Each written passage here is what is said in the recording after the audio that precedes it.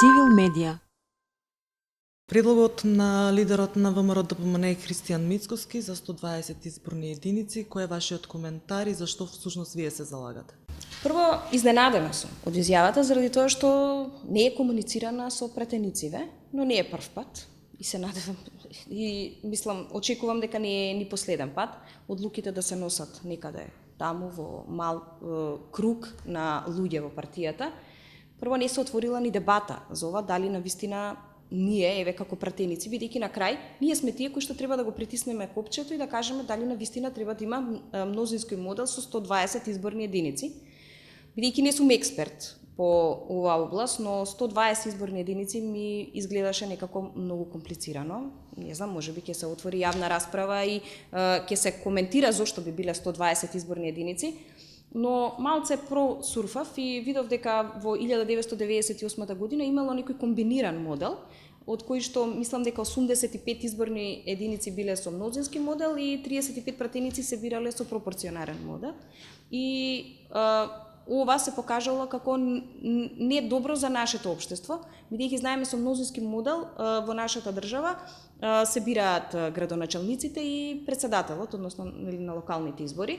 Нормално, кога е мнозински модел, е директна конфронтација на луѓето кои што во локалното место, но јас сум изненадена бидејќи мнозински модел обично бираат оние кои што се на власт, барем од оние анализи кои што ги читав, и луѓето кои што имаат влијание, или сега во ВМРО-ДПМН има многу малку градоначалници, и градоначалниците се оние кои што имаат влијание таму, и тогаш обично партиите кои што се на власт бараат да има мнозински модел за да го искористат влијанието кое што го имаат за да можат да победат.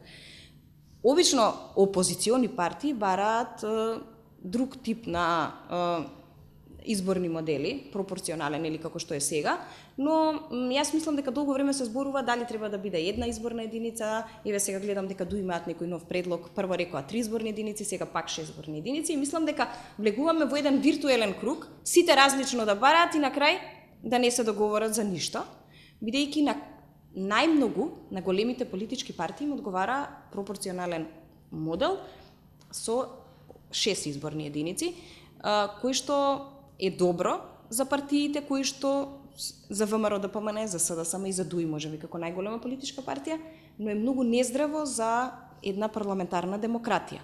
Бидејќи во ваков и тип на модел, каде што има 6 изборни единици или пропорционален модел, гласовите на малите политички партии се губат. И тие мораат да коалицираат и тогаш имаме пак огромни коалиции, луѓе во што се од матичните партии се лутат зашто коалиционите партнери имаат повисоко место на позиционирање, а нормално тие не би можеле да влезат во собрание сами, ако не се на некоја коалициона листа. Мораат, иако имаат различни програми, да ги сублимираат нивните програми и дидат, мислам дека е нездраво за едно општество. Јас сум особено поддржувач на отворените листи, бидејќи мислам дека ако ги гледаме последните анкети, во кој што за мене е разочарувачко, каде над 40% од населението не е заинтересирано да излезе на гласање и 30 и не знам колку таму проценти, да не шпекулирам точно, не знам, би биле оние кои што не знаат за кого ќе гласаат. Тоа е добра порака од граѓаните дека тие сакаат да имаат поголема моќ во нивното одлучување, а како би им дале ние моќ ако они сами не си бираат за кого тие би сакаат да гласаат, односно кој да ги представува во собранието, во парламентот. И за мене мислам дека е одлична идејата да има отворени листи, заради тоа што ќе имаат шанси помалите политички партии, но исто така е многу важен прагот, да биде низок, за да може да имаат шанса и помалите политички партии да добијат своји представници тука. Здраво е за парламентарната демократија, бидејќи кога се прави влада, би се слушале сега лидериве на политички партии ќе речат тоа нема да има стабилна влада. Јас мислам дека стабилна влада е кога имаш издржливи политики. Не е стабилна влада ако ги држиш ти пратениците како поданици. Пратениците во никој случај не треба да бидат поданици. Тие се посебни индивидуи со своји размислувања, нормално да ја поддржуваат програмата која што ги номинирала за пратеници, но да можат да излезат од она класично партиско клише каде што партијата ти кажува за било што како треба да се однесуваш. Мора да има поголема слобода на одлучување.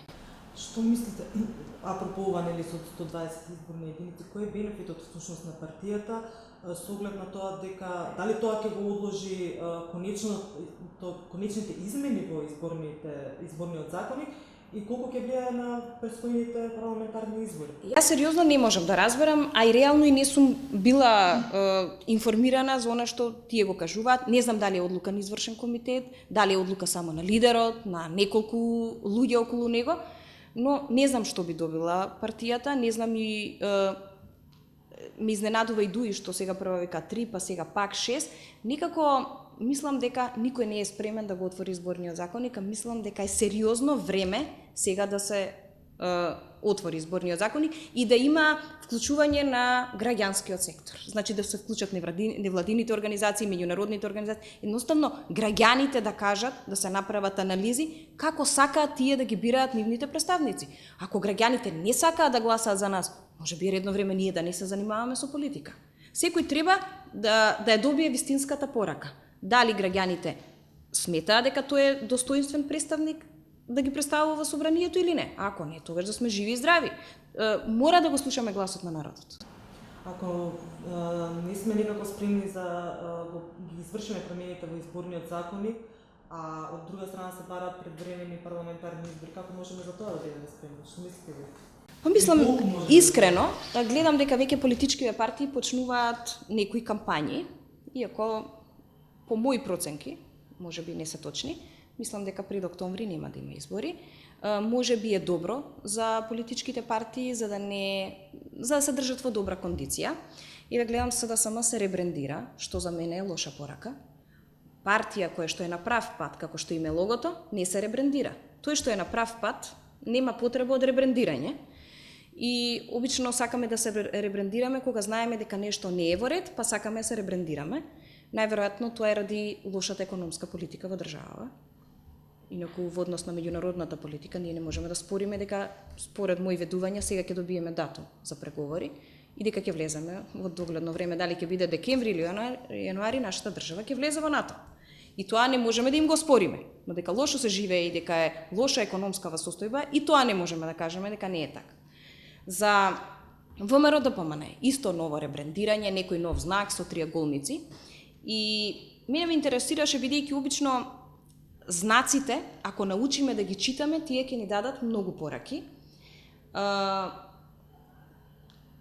Новото лого, не знам ни дали е лого, некој ребрендирање, е триаголници во некој врв, кој што обично триаголник е знак на масонското движење или оној врв на триаголникот ни дава порака дека врвот е лидерот и дека цела енергија, цела моќ пак ќе биде кај лидерот.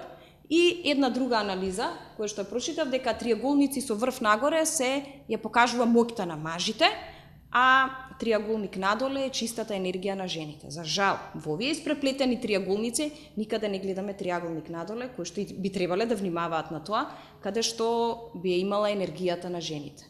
Овде покажува пак една централизирана моќ само во врвот. Се надевам дека можеби е пропуст во маркетингот и недоволно направена анализа, но јас мислам дека логото треба да биде сменето. И ова, например, бегање од нивните матични логоа и ова како да сакаат да побегнат од своите партии. СДСМ секогаш биле плаво-жолти, сега се црвено-бели, ВМРО ДПМН почнаа со некои, не знам, бели бои. Најверојатно тоа е внатрешно да покажа дека се чисти политички партии, а кога нешто сакаш да предимenzionираш, обично нешто не е во ред. Колку чистата енергија на жените е вклучена во новиот,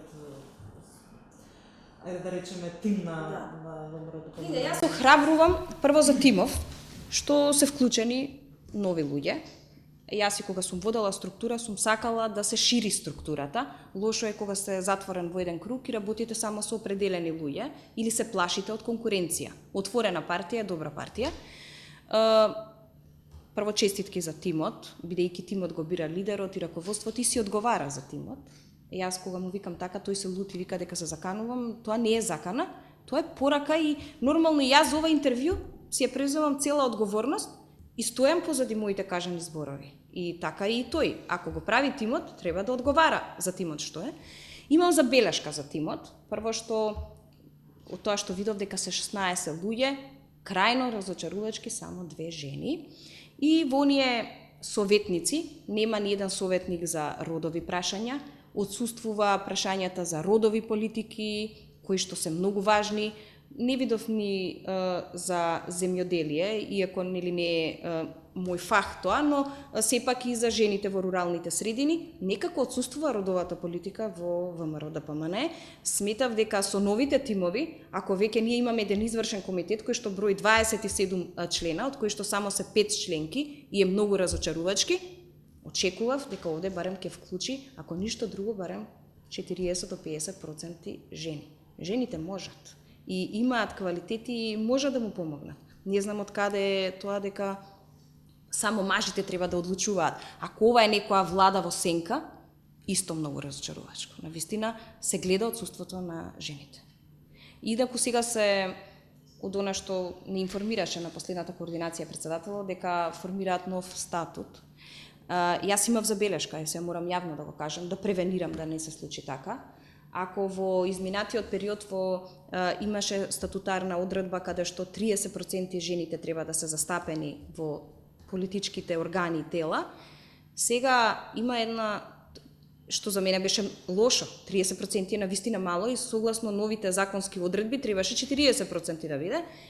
Сега има една одредба каде што вика ќе се залагаме за еднаква застапеност.